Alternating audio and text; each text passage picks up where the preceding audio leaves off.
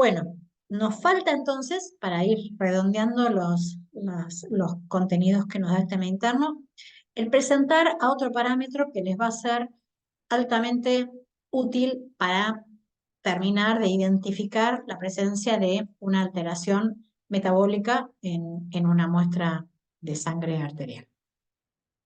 Y es el exceso de bases.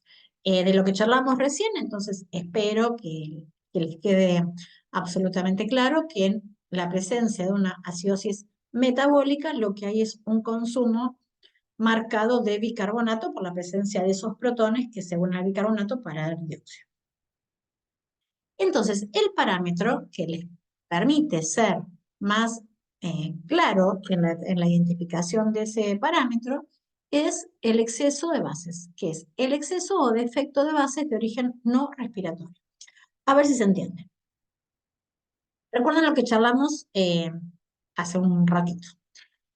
Si hay en un paciente una presencia de una acidosis de tipo respiratoria, eso significa que ese dióxido de carbono que se acumula, que es el que me desciende el pH, es lo que identifica a esa muestra, pero dado que tiene una posibilidad de hidratarse en mayor o menor medida y dar ácido carbónico, bicarbonato y protón, entonces puede haber por esa acumulación de dióxido un ligero aumento de bicarbonato, pero debido a la situación aguda, no por compensación, sino simplemente por la presencia de dióxido de carbono. En cambio, en lo que ocurre en el trastorno metabólico, lo que es bien identificatorio nuevamente en la acidosis metabólica es el descenso marcado de bicarbonato, dado que esos protones fijos se unen nuevamente al bicarbonato. Entonces, para que identificar si realmente hay un descenso de ese bicarbonato, lo que nos permite empíricamente estimar el exceso de bases es decir, bueno, intento restar ese aumento de bicarbonato que podría ocurrir si además del trastorno metabólico tuviese un trastorno respiratorio. Vamos al ejemplo a ver si se entiende. Imagínense esa muestra. Tengo un paciente, una paciente que tiene un pH de 7,04, o sea, francamente disminuido, el normal es 7,40, y una PCO2 de 76, o sea, casi el doble del valor normal. La pregunta que nos hacemos es qué tipo de acidosis tiene, o sea, acidosis, no hay duda. ¿Qué tipo de acidosis? Espero que también, a medida que lo van viendo, también les quede más o menos evidente que hay sin duda una acidosis respiratoria, nuevamente porque la PCO2 está muy elevada. Entonces decimos, bueno, acidosis respiratoria tiene, no hay problema. La pregunta que nos hacemos es, ¿solo tiene acidosis respiratoria? Bueno, entonces, ¿cómo resolveríamos eso? Sí, bueno, vamos a hacer una cosa. Vamos a calcular cuál sería el pH que yo espero si el único trastorno que tuviese esa persona es un aumento en la PCO2. ¿Está bien? Entonces, en primer término, calculamos el pH de origen respiratorio, o sea, el pH que esperaríamos para ese aumento de PCO2. Las fórmulas empíricas hay en distintos lados, distintas fórmulas, pero la base es siempre obviamente la misma. Y es decir, bueno, para calcular ese pH respiratorio, se sabe que obviamente si aumenta la PCO2, el pH desciende, si baja, aumenta. Si la PCO2 aumenta, se espera que el pH descienda una cierta cantidad. Entonces, básicamente a la PCO2 medida se le resta la normal, se corre el decimal 2 lugares, y después, si está por encima la PCO2, se le resta un medio, y si no, no les importa tampoco. Pero bueno, ese sería entonces el ejemplo.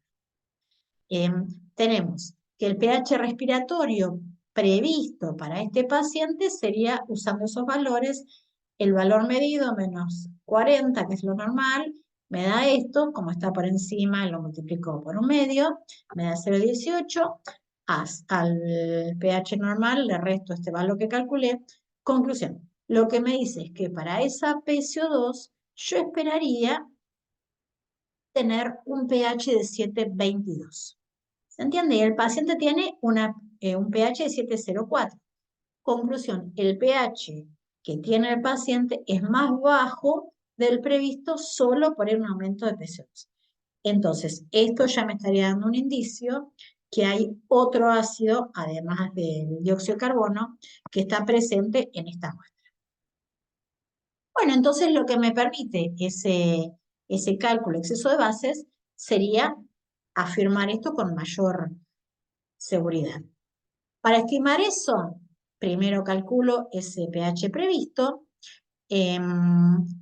lo corro la coma 2 decimales a la derecha, multiplico por ese factor, no les importa. Si el exceso de bases que voy a calcular es positivo, me dice, va a pasar cuando el pH medido es mayor que el pH previsto. Y al revés, si el exceso de bases es déficit, o sea que es negativo, el pH medido va a ser menor que el previsto, que es el caso este que acabamos de ver en el ejemplo. Volviendo a ese ejemplo,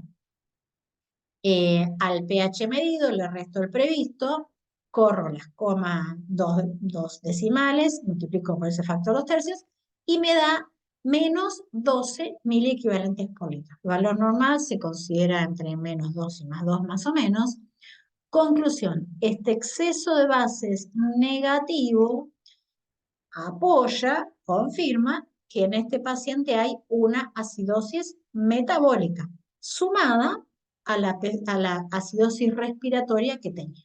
¿Se va entendiendo? Cuando veamos los ejemplos, espero que ya claro del todo.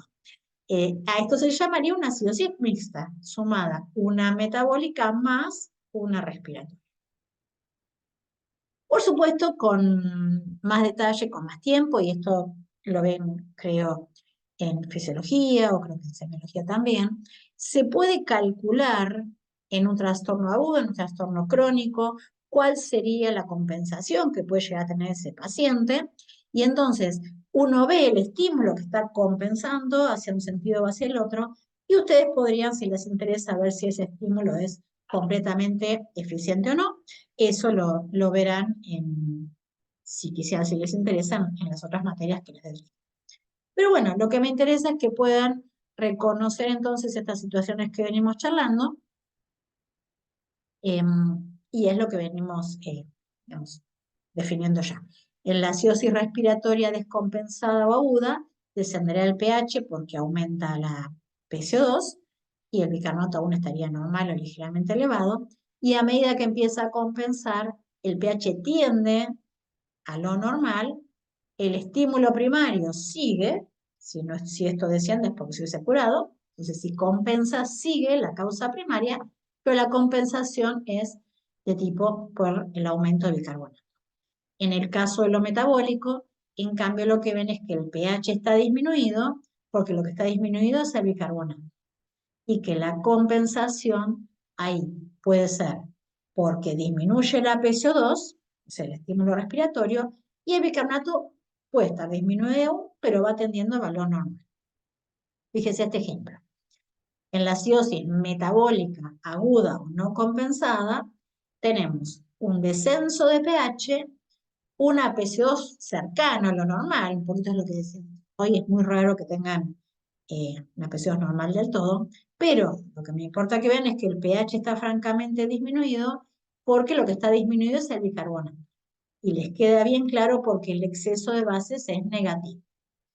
A medida que ocurre, acá se me borró, la acidosis metabólica que va tendiendo a ser compensada, entonces el pH empieza a aumentar a expensas de disminuir la PCO2 y de recaptar bicarbonato, lo cual hace que el exceso de bases se haga menos negativo.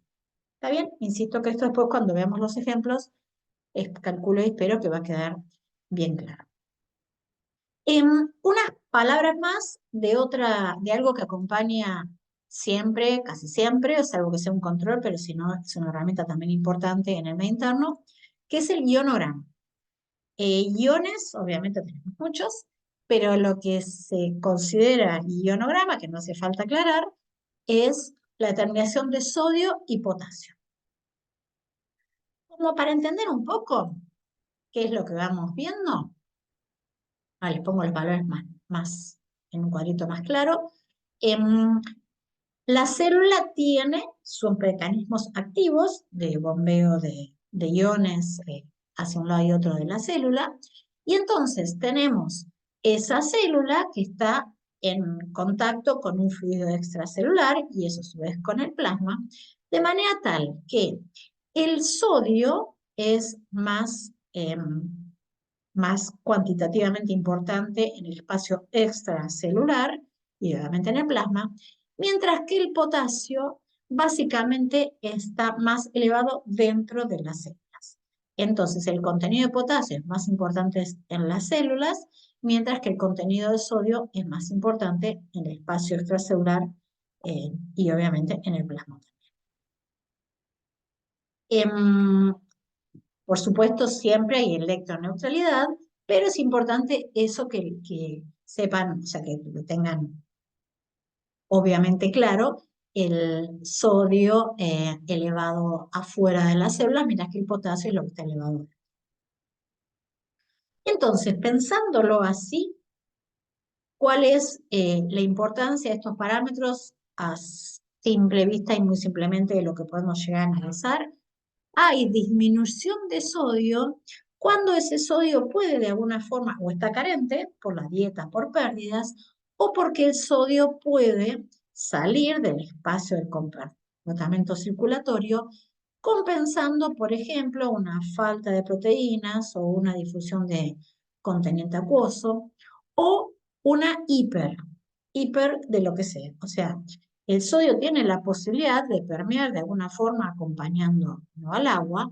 Entonces, si yo tengo en los capilares o en circulación, tengo alta cantidad de proteínas, triglicéridos, glúcidos, puede ser que el sodio salga para regular la presión, que haya volumen extracelular aumentado, por ejemplo, que haya edemas, entonces al salir el líquido extracelular, el sodio acompaña eso siempre para mantener la presión, o que se haya por pérdidas nuevamente. Al revés, la hemoconcentración puede llegar a manifestarse por una hipernatremia o por insuficiencia renal. En cambio, el potasio, perdón, y el potasio es lo que nos importa muy marcadamente siempre que analizamos en lo interno. Si el potasio está dentro de las células, entonces es una herramienta bastante importante a modo, no de buffer en sí, por el concepto buffer que venimos viendo hasta ahora, sino para de alguna forma contrarrestar el aumento de protones, el aumento de cargas positivas en circulación. Fíjense esto, si aumentan los protones, si hay una acidosis marcada, un mecanismo que pueda tener el sistema para compensar eso es intentar intercambiar los protones con los potasios, de manera tal que potasio sale de la célula y por supuesto incorpora protón, lo cual es bueno obviamente para aumentar el pH. Pero ¿qué pasa? Ese potasio que empieza a estar en circulación puede o no perderse dependiendo de la situación. Entonces, lo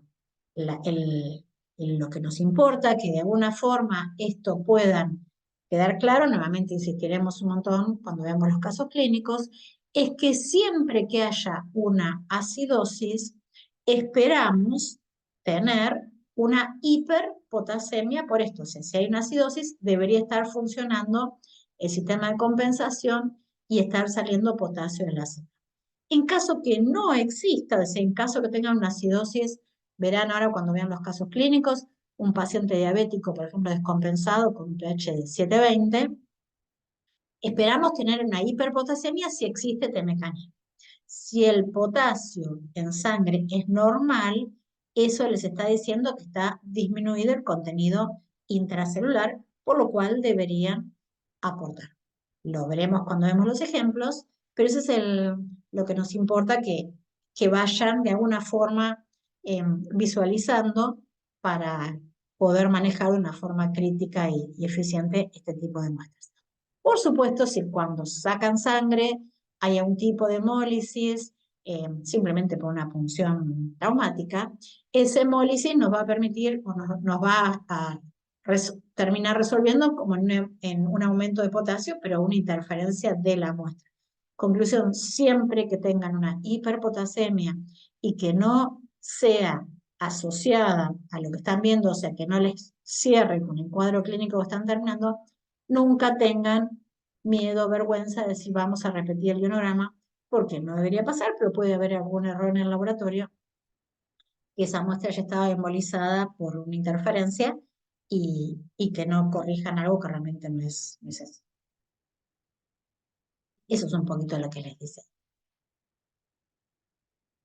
Finalmente, ya como para ir cerrando, quería presentarles algún comentario de lo que es el hueco o la brecha aniónica, lo que se llama el hueco gap, y es un parámetro que también tiene algún tipo de utilidad, no es tan marcada como lo que venimos charlando, pero les puede llegar a resolver algo, y es que, bueno, nuevamente en plasma tenemos distintos tipos de electrolitos.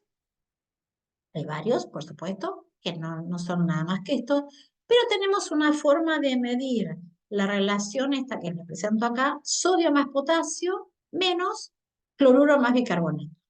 Y esta diferencia, por supuesto, no tiene por qué dar cero, al contrario, no debe dar cero, porque hay nuevamente otros aniones y cationes, pero esta diferencia más o menos debería dar en esa brecha entre 12 y 16 miliequivalentes por litro. ¿Para qué les sirve? Bueno, fíjense, si hay una acidosis metabólica, esperamos que el bicarbonato baje y por tanto se esperaría en general la acidosis metabólica cursa con una brecha aniónica, un gap aniónico aumentado, porque disminuye este bicarbonato, que sería un poquito lo que está derivado ahí. Ahora, hay algunas situaciones, por ejemplo, en los casos de las pérdidas gástricas donde se pierde bicarbonato y sodio, donde como disminuyen los dos términos de los cationes y los aniones, ahí en realidad la brecha me da normal. Eso les puede llegar a ser útil, por ejemplo, en el caso de situaciones de gente con vómitos, diarreas y acidosis de otro tipo, ver cuánto les sirve si el gap les da normal o aumentado para resolver alguna de esas situaciones. Si no, no es una herramienta que por guardia les sea útil en general. Bueno, una recomendación que es clave, crítica, que insistiremos un poco para que la tengan presente. Nuevamente, el origen el objetivo de la cursada es que puedan tener conceptos que los ayuden en lo que es la práctica, el manejo de las muestras, el diálogo con el bioquímico, y por eso es que insistimos en esto, es que puede haber interferencias, por supuesto. El anticoagulante que se usa siempre para hacer un interno es la heparina. Si hubiese otro anticoagulante, por ejemplo, ETA o citrato, les puede interferir el pH, el contenido iónico. Entonces, sí o sí debería ser la heparina. No debería haber problema en esto porque en general se las dan preparadas previamente, pero sería una. Ese anticoagulante no debe estar en exceso. Si está en exceso, ese contenido acuoso del anticoagulante les puede producir una alteración también en el valor del pH o de los contenidos de gases. Mucho menos debería estar en defecto, porque eso puede hacer que se coagule la muestra, lo cual es un problema serio con el bioquímico que les tape el equipo. Pero lo que es muy importante también es el manejo en el tiempo. O sea, si por alguna razón esa muestra que acaban de sacar de mi interno no la pueden procesar, entonces es muy importante que la preserven por unas cuantas horas, esto funciona bien, que la preserven en heladera, o sea, 4 grados. Lo que le dice cuadrito es que si uno la deja a 37 grados, o una temperatura alta, está en una guardia en verano y hace mucho calor, eso lo que hace es que los procesos metabólicos de las muestras sigan funcionando. Entonces, las células siguen consumiendo glucosa, eso hace, digamos, que ocurran los metabolismos, con lo cual la P2 baja, al metabolizarse se genera dióxido de carbono, sube la PCO2, eso baja el pH, desciende el pH, entonces eso hace que una muestra que no está preservada en heladera, a la media hora, simplemente ya no sirve más, Por lo tanto, por favor, tengan mucho cuidado en caso que por alguna razón no la puedan derivar, eh, que la preserven en el área. Tampoco congelar, porque así por ahí las células se lisan y liberan potasio, pero esto sería lo que es muy importante en cuanto a preservar estas muestras, que son difíciles de sacar, dolorosas, con cierto riesgo en la punción, etc. Ahora sí, ya voy terminando con algunos ejemplos, a ver si eso nos ayuda un poquito a ir entendiendo lo que acabamos de charlar. Esta es una muestra de unas sangres de bebés que habían sido alimentados con una leche maternizada, pero que por alguna razón les había producido una acidosis. Y entonces es ver si llegamos a entender cómo manejamos estos parámetros. Esto lo saqué del Deblin. Entonces, tenemos de los tres grupos que se muestran en cada cuadrito, tenemos los que están a la izquierda con circulitos, son bebés, o sea, valores normales en un bebé recién nacido. Los otros dos grupos son los grupos que estamos analizando. Cada uno de estos puntitos es una determinación experimental. Entonces, tanto el grupo 2 como el grupo 3 tienen en las determinaciones un descenso de pH, o sea, tienen acidosis. Después analizamos el bicarbonato. El grupo control está cerca de determinación, cerca del valor normal. El grupo del medio tiene puntos ahí de bicarbonato más o menos cercanos al valor normal. Y el grupo 3 tiene el bicarbonato francamente disminuido entre todas las determinaciones. Entonces, en base a lo que venimos charlando, esto le están dando un indicio bastante marcado que este descenso de bicarbonato les dice que este grupo tiene acidosis metabólica. A continuación medimos el exceso de bases. Nuevamente, el exceso de bases en el grupo control está más o menos cercano a los valores normales. En el grupo 2, el exceso de bases está, no tanto, pero está francamente disminuido. Y en el grupo 3 también está disminuido, más aún. Entonces, la pregunta que yo les querría hacer, y es lo que me importa, ojalá que les haya quedado lo que charlamos recién, es, este exceso de bases negativo en el grupo 2 y en el grupo 3, ¿qué les dice? Bueno, espero que me estuviesen contestando que el exceso de bases negativo es común. No les deja duda de que acá en los dos grupos hay acidosis metabólica. Descenso de pH y exceso de base negativo, acidosis metabólica segura. Entonces la pregunta es, bueno, ¿qué pasó en este donde el bicarbonato está ahí un poco bordeando los valores normales? Bueno, cuando venimos a ver la PCO2, tenemos que el grupo normal está cerca de la normal, el grupo 2 tiene PCO2 aumentada y el grupo 3 está normal o tirando abajo. Entonces, conclusión, les quiero decir que este grupo 2 tiene bicarbonato medio normal porque al descenso que tenía por la acidosis metabólica se le compensa relativamente por el aumento de dióxido de carbono que tiene. O sea, el grupo 3 tiene acidosis metabólica nada más, mientras que el grupo 2 tiene acidosis respiratoria y metabólica, acidosis mixta. Espero se vaya entendiendo, lo vamos viendo, insisto. Estos son ejemplos más o menos sencillos. Este es un ejemplo del potasio, que lo saqué del libro, tienen los PowerPoint si lo quieren ir analizando. Y este sí me importa ahora detallarlo más, porque es el primer caso que les había comentado en el seminario anterior. Insisto que son valores verdaderos, sacados de la guardia, de libros de guardia, y que me parece y espero que completen lo que venimos charlando hasta ahora.